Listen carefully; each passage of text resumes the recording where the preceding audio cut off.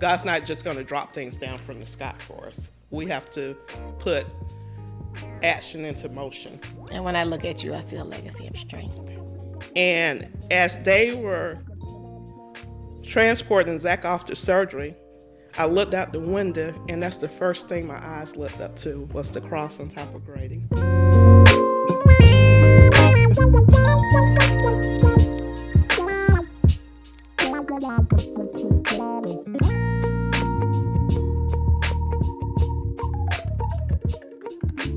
Welcome back to the next episode of Legacy Talk 3N. And I am honored to be here with my biological cousin, first cousin and friend, Lynda Hosch. Welcome, Lynda. Thank you, cousin. And we're going to have a powerful conversation today as we talk about legacy in our family. It has been great being a part of this legacy, this lineage, and growing with her, and the times that we have been able to create legacy together and walk it out together and cry together and run together and fall together and get up together. And creating legacy is difficult, but it's real. And so we're going to have some real talk today, some transparent conversation about what it looks like in a biological family to create legacy. As we begin the conversation, Lynda and I shared in a powerful forum recently when we talk about setbacks to success. And I was excited just to listen to part of the conversation as she empowered women, because we empower to empower. We become empowered to empower. And as I listened to some of her story, just small parts of it, I was so empowered. And just to look at the power shift in her life at the times that she was knocked down but got back up and still kept it moving. A big part of why we are here today to talk about legacy in her life is because at the age of 58, she kept it moving, and she was able to, despite of the setbacks in her life, she was still able to obtain her degree, and she is today an RN. And so I salute you, cousin, on a job well done. And at 60 years old, she is now moving and shaking in the field of nursing. She is making her own schedule and doing her thing and managing her household and still helping her 3 children to navigate through life. And she is just creating and moving along in the legacy that God has given her within her own family and her own life, and still doing great things. So we are going to begin this conversation. And again, as we were in the conversation and we're talking about shifting our power, as we were in the forum, we're talking about the things that will cause our power to go out. And just as it goes out in the natural, we were talking about how when power is taken from us in the natural, it's taken because normally it's taken because of storms. You know, when the lights go out, it's taken because of storms, but it can also be taken because of human error. It can, tripping a breaker in a building or in your home. It can also be caused because of overload. Too much on one circuit can cause there to be power loss. But as we were in this forum, we were also talking about how the same thing that happens in the natural can happen in our own lives. Overload, natural causes, and the storms of life.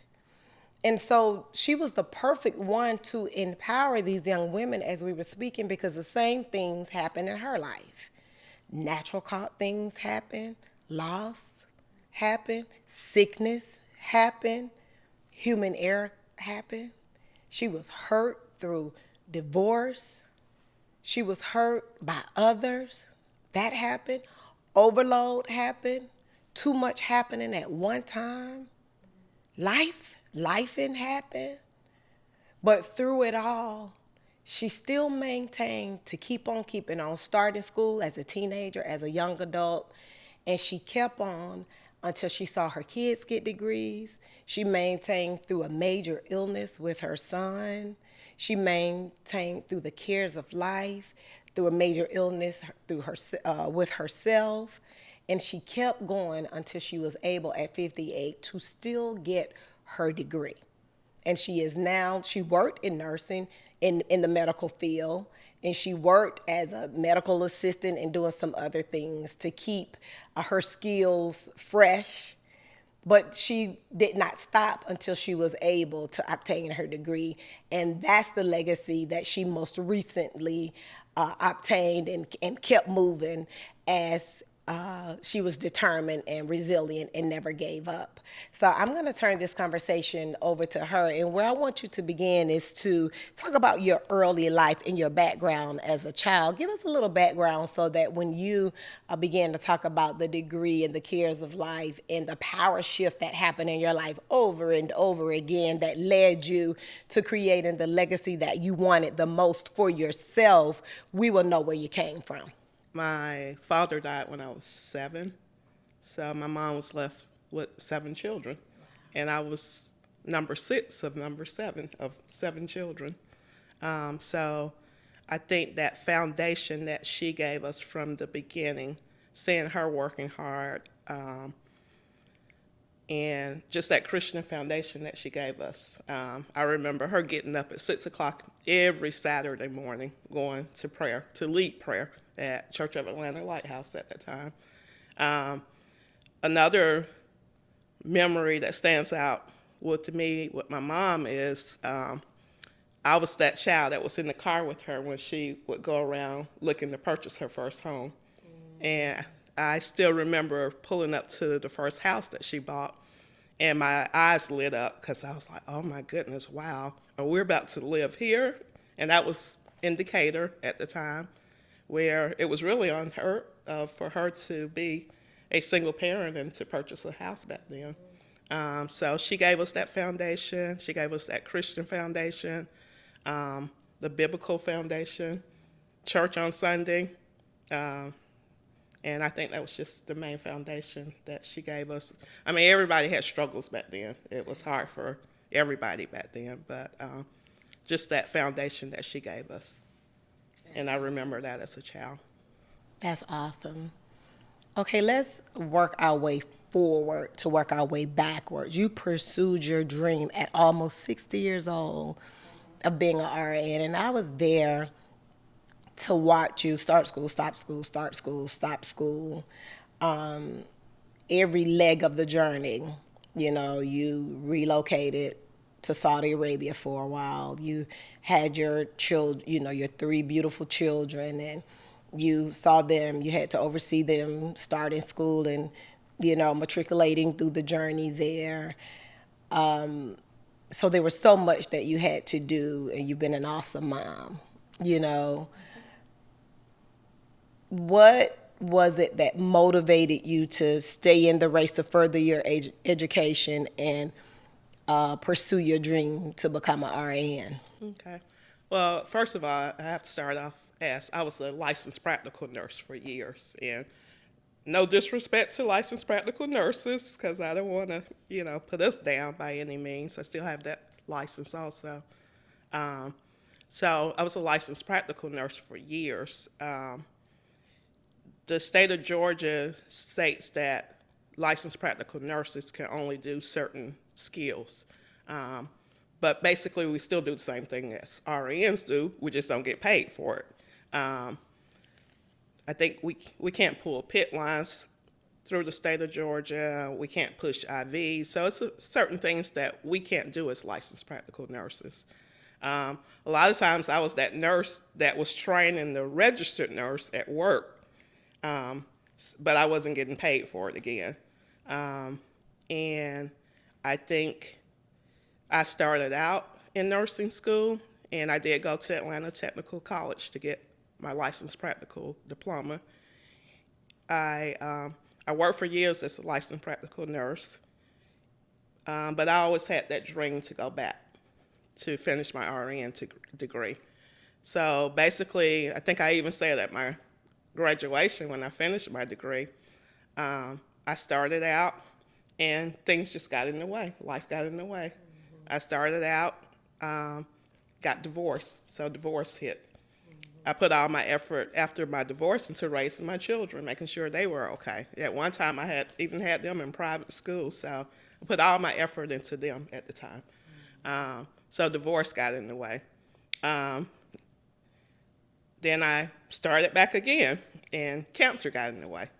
So I fought through breast cancer, the chemo and the radiation and all the different treatments with breast cancer. So had to put it on hold again. And we were going to talk about the barriers. So since you're already there, let's talk about that. What age was the divorce?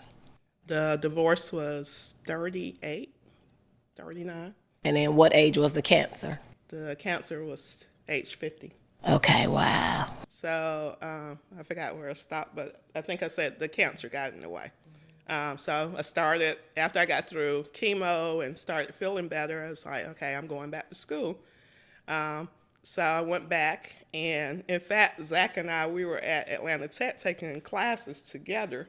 I remember the counselor, our advisor, we had the same advisor, and he's like, yeah, your mom said she went to some school called the Cab College, but I never heard of it. So that was the school that I know my cousin, Tim, and I, we went to together back in the day.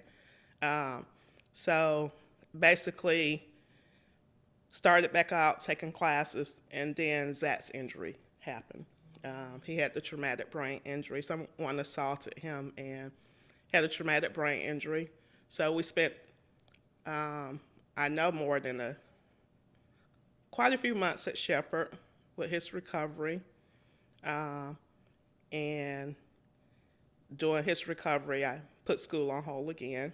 And I think once I got to the point where I felt like he was okay, I was like, okay, I'm going to start this journey again, Lord. So a lot of the LPNs, the nurses that worked with me at Amedisys Home Health, was the company we were working for at the time. They found a program in Albany that didn't take us long. With nursing programs, they only accept you once a year. This particular program, they accept you every semester. So a lot of people drive from Atlanta to Albany because it's faster. It's not that the program was easier by any means, but you can get in a lot faster. With nursing programs, sometimes, like I said, it's every year, and then sometimes you're placed on a waiting list. So you're just waiting and waiting and waiting. With the program in Albany, shout out to Albany State University, but with the program in Albany, you and you still have to, I mean, it's hard getting in, but they allow more people to come in, with them accepting people every semester. So you don't have that long wait, and it's a better chance of getting in Albany State because they're allowing more people to come in. So like I said, a lot of people, they choose to just drive down to Albany and get it out the way. Well, what kept you? You faced a lot of challenges. You faced the divorce, as you said. You faced, even though, you know, we both know that the kid's father was a present father, you know, and very supportive. But even with that, you faced single parenting. Your son's, you just spoke on his traumatic brain injury and your battle with cancer. With all that, what kept you through all of this?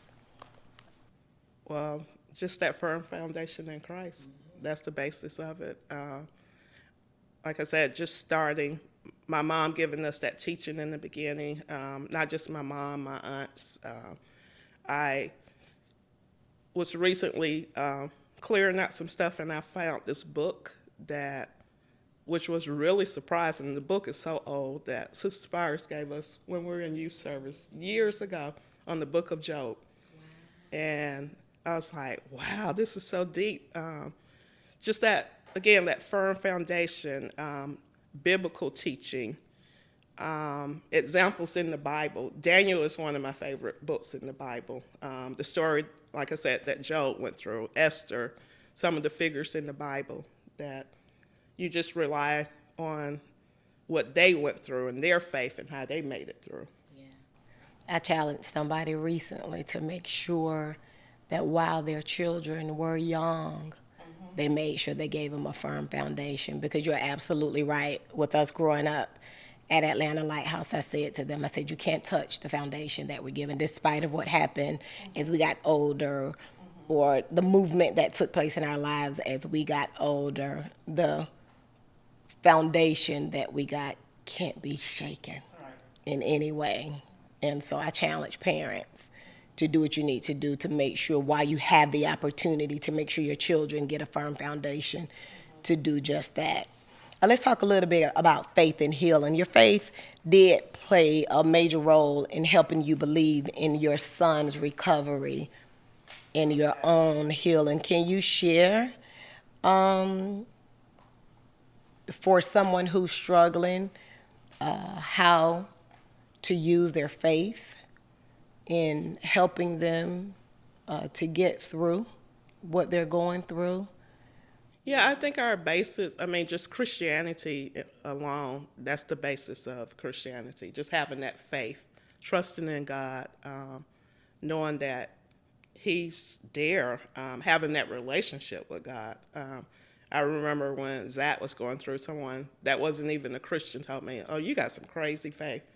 Because just to see your baby laying up there on the vent, and what the doctors was telling me that was going to happen, even with my cancer, what the doctors were telling me, and I knew if I overcame cancer, I had that faith to believe that my son was going to walk up out of there. I did. I had that crazy faith, but that relationship with God also, because it was not an easy journey, but just, I remember one time, Zach and I, after he had gotten to the point where we were at Shepherd, and the psychologist, we had a meeting with her, and she said he would never advance past a 13-year-old. And I got in the car, and I looked at Zach, and I said, "Zach, that's BS, isn't it?" And he said, "Yes, ma'am." I didn't say BS. I used something else. But I basically said, Zach, that's BS. We're not going to believe that. We're going to keep pushing forward. And I know even my supervisor, when I told her I was bringing Zach home, she's like, "Are you sure? I read his chart. Are you sure? How are you going to do this?" And I said, "I don't know, but I'm bringing my baby home." And a lot of it was faith, but a lot of it too was me getting out, working in the medical field. Some nights we would get out every night and walk. And I remember I would work during the day, come home, and it's like, "Come on, Zach, let's go." We go to the park, and he started off, he had unsteady gait, just barely walking. And every night we walked, and we walked, and we prayed, and we walked, and we prayed. And one night I was like, "Okay, Zach, try to jog just a little bit." And he took off, and he's jogging along just a little bit. And we went week after week after week. And I would say, "Okay, try to jog a little bit." One night he just took off running. And I was like, "Oh my God, wait a minute, slow down." So again, just that crazy faith. There's so many stories that I could tell about that journey through Zach's situation. Just being at Grady, meeting different people. I remember the second time, because he basically had 3 brain surgeries. The second time when he was having the brain bleed one night, 5 o'clock in the morning, I'm there by myself. And they were about to rush him off to another surgery. They did the CT scan, and they did see that he was having a brain bleed. They were about to rush him off to another surgery. And I was standing in the hallway, and the housekeeper of all people, she came. She saw me about to break down. She came and she grabbed me, and she's like, "Don't you do it." She's like, "Don't you do it. You've been strong this whole time. Don't you break down on me now." And it was crazy because people were watching you. They saw me up every morning praying, and not trying to make myself to be, such a perfect person, but they saw me up every morning. They saw that example. And the night before this situation happened, I was in the lobby with another lady, and she said, "You know, Grady got those crosses on top of it." And I said, "No, I didn't know Grady had a cross on top of the building." And she said, "Yeah, there's a cross on top of the building." And as they were transporting Zach off to surgery, I looked out the window, and that's the first thing my eyes looked up to was the cross on top of Grady. And I was like, okay, God, he's going to be okay. You're that, right, right. So I just say your steps are ordered, trusting in him, having faith in him, having that strong foundation, prayer, prayer, prayer. It works every time. There you have it. When everything else fails you, when life knocks you down, your faith is all you have. Faith is all that's left. And that's real talk. That's real talk. Legacy and your children. Your two oldest daughters are college graduates, with the oldest being an attorney. What does their success mean to you, and how do you, now that you look back at the journey you've taken, how do you think your journey has influenced their success? Well, I think they definitely watch me as I walk through different things. Even the night that I had to tell them that I had cancer, I still remember that night very vividly. And I remember sleeping on the sofa that night and hearing Nadia and Zaina crying the whole night. And I woke up the next morning and I was like, guys, it's going to be okay. It's going to be okay. And I know I talked to Zach one time and I said, "Was that were you worried about me?" He said, because you picked up a chair while you were going through chemo and threw it at me." I knew you were okay. Right? He said, "I knew you were going to be okay." I was like, my mama is tough. She's going to make it through this. So, and he said, not only that, you picked up a chair and you threw something else at me one time because I was talking smart. So he's like, but through that, I knew that you were going to be okay. And still working, still getting up every Sunday, going to church.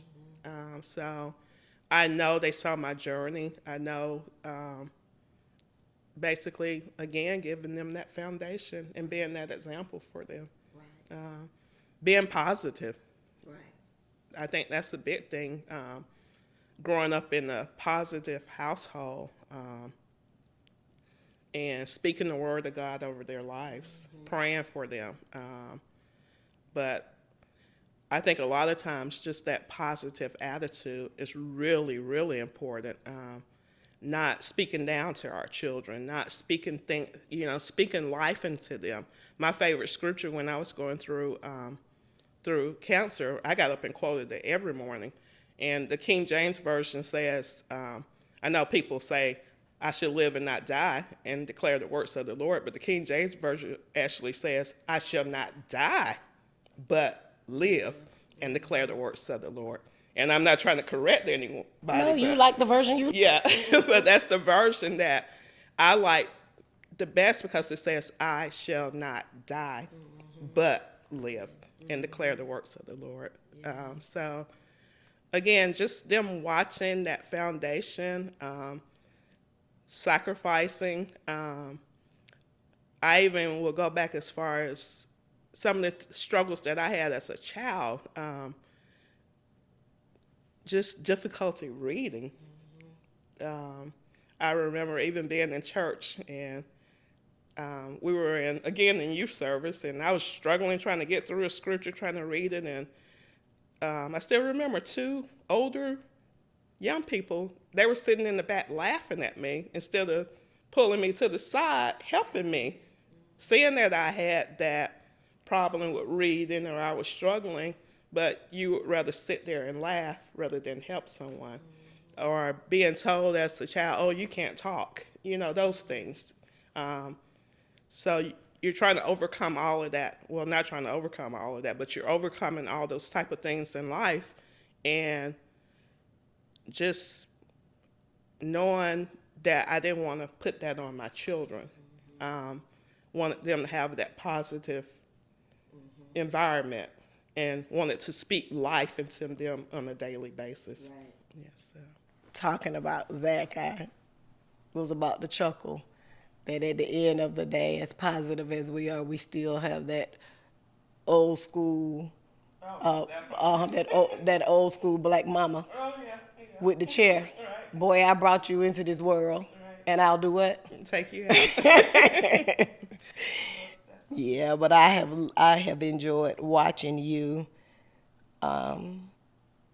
create the legacy that, you know, when we, Mom and I and Kiana, were led to begin the Legacy 3N, Legacy Talk 3N podcast, one of the very first episodes we did, we had a slogan, what my mom did was not enough. So mother speaking about granny said what my mom did was not enough. And I came behind her and said what my mom did was not enough. And Kiana came behind me and said what my mom did was not enough. And it was so true. And so when you were saying I wanted to give them what I didn't get, and I so often remember mother saying when the kids were little, she would sit and listen to us converse back and forth about different things, and she would say, y'all please keep talking to your mom like this. Me and my mom didn't do it, and me and your mom didn't do it. I love this because we just talk. You know, nothing is taboo. And so just being able to, in a world like they live in, they need a safe place. You know, and not their kids are kids. Not that they're gonna always, you know, talk, but knowing that they can. You know, and knowing that home. Because it's been a few times I've had to tell Zayna, I'm not one of your little friends Hello. So, Hello. But still giving them that. They know they can. Yes. Yeah. Yeah. So we still are old school, you know, where we need to be. That's important as well.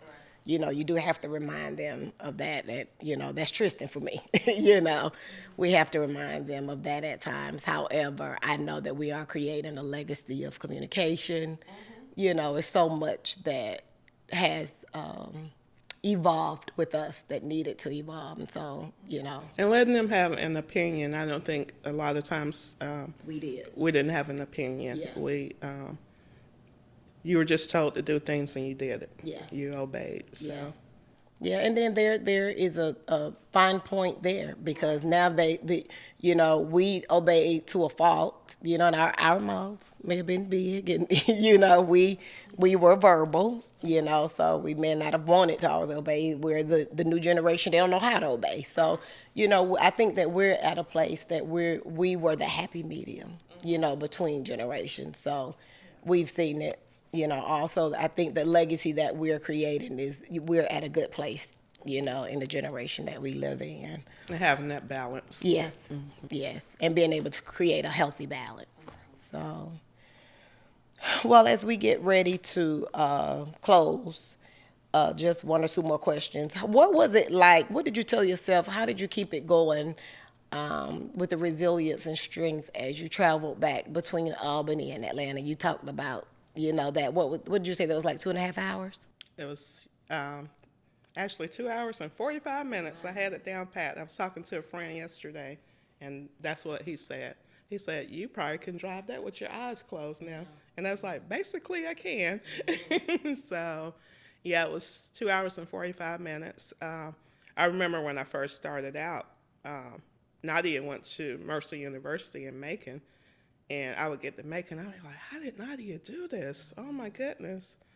And some mornings I would start out, and I'm like, why am I doing this? And then on the other hand, I was like, well, why not? So what's stopping me now? So just being persistent, having a goal that I wanted to, a realistic goal. That's the first thing. It was a realistic goal at that time. Sometimes, I wouldn't say sometimes, a lot of times it is about God's timing. Um, but a lot of mornings, again, I think I would start out and then I'd be like, why am I doing this? And then I get to making, and I'm like, oh, I got this. I can do this. Some mornings it was rough, especially if it was raining outside. Clinical started at 6. We had to be there at 6:30 in the morning. So I know one girl and I, we would leave at 2 o'clock in the morning to leave to get to clinical sometime. But God just set up so many situations. Like I met people. The girl that I was talking about that I rode with sometimes, she lived on Salem Road. So God just placed people in my life. Financially, He worked that out financially. I remember financial aid calling me, and I think I shared that with you. And they were like, Miss Hosch, you know you can get paid for clinicals, right? And I was like, I can? So just set things up so perfectly for me. Financially, I did struggle. I won't say I didn't struggle, but I struggled in some areas. But God still set it up. I remember one of the girls she was telling me about, she was living at an assisted living facility that the school had set up for her. So I went over and spoke to the lady, and she allowed me to stay. She gave me an apartment at the assisted living facility for $200 a month. So if I didn't want to come home, I could stay down there. Just it was just a God thing. That's all I can say. It was a God thing. It was about the timing. It wasn't an easy journey. Him putting people in my life, and then me being in position to bless people as when I was down there, because I think I told the story at my graduation. I was like, now I didn't come down here to be nobody's mama, but I ended up being everybody's mama. So, because a lot of the young people, they would come to me for encouragement and keeping them encouraged at the time. So I think I answered that. But just being persistent, and you have that dream, and From setbacks to success. a lot of setbacks, and you have to embrace your setbacks. I think that's the thing. Embrace your setbacks. Have realistic dreams. Stay encouraged. Stay prayerful. Take your power shift. Yes, yes. Driving down I-75 to 675, it was my time for praise and worship a lot of mornings. William Murphy was my guy back then. But a lot of people, I mean, just the praise and the worship, spending time with God as I drove down, it was just an amazing thing. One of my friends, she was saying that she actually missed that time because she was really dependent on God, and that was her time to really get close to God. I was thinking about the drive. I struggle just driving sometime from Memorial Drive home. You know, from at our age, from being tired. You know, I can't imagine doing that. Did you go every day? Some days I had classes 2 times a week, and sometimes it was once a week. So it just depended on that week. Yeah. Well, define legacy for me now that you have reached this milestone. And as you define legacy, what do you hope that your children and your family, based on that definition, can take away from your story and that definition of legacy? Well, I think basically legacy is leaving that, again, foundation, that example for the person that's watching you. Again, it's about foundation, that example that you're giving them. It doesn't always have to be financial. You're leaving them a financial, in a financial situation, but just, again, good teaching, biblical teaching, teaching them how to pray, and just being that true example for them. And when I look at you, I see a legacy of strength. Well, thank you. I do. All the way around. We can say resilience, because with the strength and resilience, the finances will come. You know, the education will come. Without the strength, you couldn't have done any of it. You couldn't have raised your kids. You couldn't have gotten the education. You couldn't have kept up the foundation of faith. It took strength. It took courage. I see all kind of legacy that's flowing through your veins, you know, and you're passing it on to your children. Your son couldn't have survived. You know, your daughters couldn't have made it through the tears of thinking they're going to lose their mom and fighting. One is, you know, headed to medical school. One is an attorney. You know, they could have given up like so many young girls do. So. And even, I know even when I took my mental health class, they talked about resilience. And I thought that was so profound that even psychologists or psychiatrists say that resilience is the word that actually help you deal with mental health. That ability to bounce back quickly. It helps you deal with depression. It helps you deal with anxiety. It helps you keep from going into that state of bipolar or that state of being psychotic, pretty much. Yeah. So yeah, resilience is really important. Again, that ability to bounce back and bounce back quickly. But it's not up to us to be able to bounce back. It's that, again, that foundation that we've been given, that faith that we stand on, that crazy faith. Yes. Yes. All right. Well, let's close out. And what advice do you have for the ones watching? What advice do you have for especially women and young girls who on the verge of giving up or just feel like life has been so horrible that they just feel like they can't make it or they can't take anymore or, you know, I can't do this or I'm not going to make it through or, you know, just what advice can you give them? Well, practical advice is, first of all, being positive, setting realistic goals. There's a saying that I think it says, if we fail to plan, we're planning to fail. So setting realistic goals, planning things out, again, being persistent, being positive. We've already talked about the faith and the foundation, but we still have to, God's not just going to drop things down from the sky for us. We have to put action into motion. Everybody's not going to get up at 2 o'clock in the morning and drive down to Albany. And we don't expect everybody to do that, but you still got to have some goals. You still have to plan. Along with that faith, you got to set things into motion also. Right. And just not giving up. Right. Yeah. Stay encouraged, stay positive, and pray. That's my big thing, prayer. Right. That close relationship with God. Right. Yeah. And I add to that, believe in yourself. Believe in yourself. Yeah. Just believe in yourself and be you. Nobody can do it better. And so with all of these stories of legacy, it's our story is your future. Thank you for watching this episode of Legacy Talk 3N. If we can do it, you can do it. It's our story and your future. Thanks for tuning in. Thanks, Lynda. All right. Thank you.